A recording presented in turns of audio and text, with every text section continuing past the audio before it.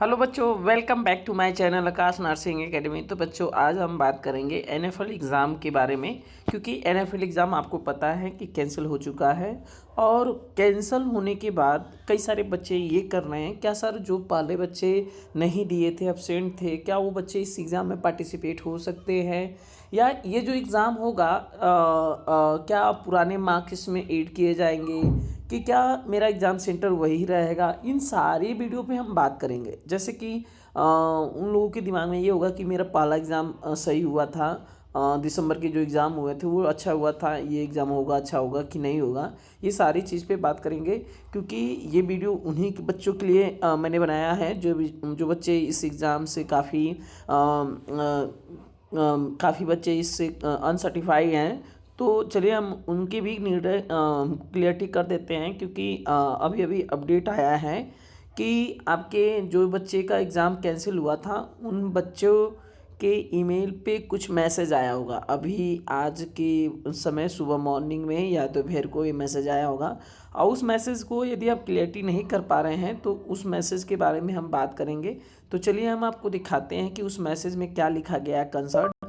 तो ये दें कि ये हमारा जीमेल है, और इस जीमेल में ऑलरेडी ये हम मैसेज इसको ओपन कर चुका था। देखिए, ये एनएफएल रिक्वायरमेंट कंडक्ट री एग्ज़ाम कंसेंट रिक्वायर्ड मीन्स आपके री एग्ज़ाम जो होने वाला है उससे कंसर्ट कुछ बातें हैं जो नीचे दिया गया है। ये सुबह मुझे मॉर्निंग में मैसेज आया। जैसे कि मेरा नाम आकाश भारद्वाज है, मैं भी इस एग्ज़ाम में पार्टिसिपेट हुआ था, और ये मेरी चीज़ें हैं। मुझे पे ये मैसेज आया है कि ड्यू टू एडमिनिस्ट्रेशन रीजन, ये तो आपको भी पता है कि किस रीजन वजह से ये परीक्षा को दोबारा कराया जा रहा है। फादर फार्मासिस्ट, ध्यान रहे केवल फार्मासिस्ट पोस्ट के लिए है ये वाला जिनके मैसेज आया। हाँ, और सारे केमिकल इंजीनियरिंग में कुछ ऐसे पोस्ट हैं जिनका री एग्ज़ाम दोबारा कराया जा रहा है। For all candidate who appear for the exam on December 2024। हाँ, जो एग्ज़ाम दिसंबर में जो अपीयर्स हुए थे उनके लिए दोबारा परीक्षा कराई जा रही है। In this regard will be wish notify the following. आप विश करते हैं कि आपके पास ये नोटिफिकेशन मिल गया होगा।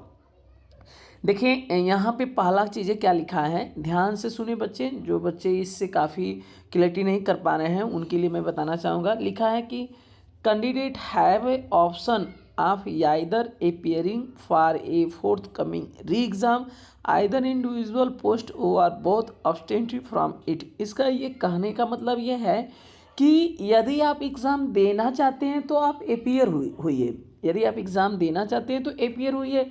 यदि आप एग्ज़ाम नहीं देना चाहते हैं तो मत दीजिए, अपीयर कंसर्ट का फॉर्म ही नहीं भरिए। तो ये कहना चाह रहा है कि यदि आप एग्ज़ाम दे भी सकते हैं, नहीं भी दे सकते हैं। अगर आपको लग रहा है कि मेरा मार्क्स सही नहीं था तो आप कंसर्ट फॉर्म भर के अप्लाई कर दीजिए। यदि इस फॉर्म को अगर दोबारा देना चाहते हैं तो फॉर्म भरिए, यदि नहीं देना चाहते हैं तो कंसर्ट फॉर्म ही नहीं भरिए। तो दूसरा चीज़ें बात लिखा है कि if the candidate want to appear for re examination, यदि कैंडिडेट री एग्जामिनेशन में अपीयर होता है मीन्स यदि कंसर्ट फॉर्म को भरता है तो earlier appearance in exam conducted already become null and void and marks the re-exam will be taken into account। कहने का मतलब यह है कि यदि वो एग्ज़ाम में पार्टिसिपेट करता है तो जो दिसंबर में एग्ज़ाम जो परीक्षा दिया था उसका जो मार्क्स होगा वो नील हो जाएगा, जीरो हो जाएगा, उसके अकाउंट पे अपलोड कर दिया जाएगा। मीन्स आपका पहला मार्क्स जीरो हो जाएगा, नया जो मार्क्स पाएंगे वो उसमें अपलोड किया जाएगा। If a candidate become a absent in re-exam after submitting consent to appear, then such candidate will be marks be absent। हाँ, ध्यान रहे यहाँ पे एक अच्छी पॉइंट लिखा है कि यदि आपने कंसर्ट फॉर्म भर दिया, आप एग्ज़ाम में अब्सेंट हो गए तो आपके पुराने मार्क्स भी जीरो हो जाएगा और इसमें तो आप अब्सेंट माने ही जाएंगे। तो ध्यान से आप कंसर्ट फॉर्म भरें। यदि आप देना चाहते हैं, आपको लगे कि मैं एग्ज़ाम में अच्छा किया हूँ तो आप फॉर्म मत भरिए। तो ये कहना चाह रहे हैं। तीसरी पॉइंट क्या बोल रहा है, if the candidate does not want to appear for re exam, यदि उस एग्ज़ाम में पार्टिसिपेट नहीं होना चाहता है तो marks score in concert exam conduct in December 2024 will be considered. Means यदि वो एग्ज़ाम में पार्टिसिपेट नहीं होगा तो उसके जो मार्क्स होंगे वो दिसंबर के ही दिखाई देगा। ये नहीं है कि आपका पुराना आप नहीं देंगे तो पूरी एब्सेंट हो जाएगा, नहीं, आपका पुराना मार्क्स शो करेगा यदि आप एग्ज़ाम नहीं देते हैं तो। इन केस ऑफ कैंडिडेट, चौथा पॉइंट क्या लिखा है, in case of candidate does not choose any preference then his mark score concerned exam December 2000 will be consider. वही बात बोल रहा है कि यदि कोई प्रेफरेंस चूज नहीं करता है तो वो जो मार्क्स होगा वो पुराना होगा, पुराना ही दिसंबर का डीएक्टिवेट कर, मतलब आपको दिखाएगा, नया मार्क्स तो वैसे ऑलरेडी।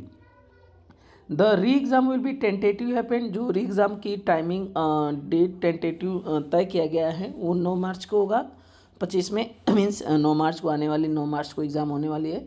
हाँ, ध्यान में 6 पॉइंट लिखा है कि no normalisation score will be done, किसी भी प्रकार के दोनों मार्क्स से नॉर्मलाइजेशन नहीं किया जाएगा।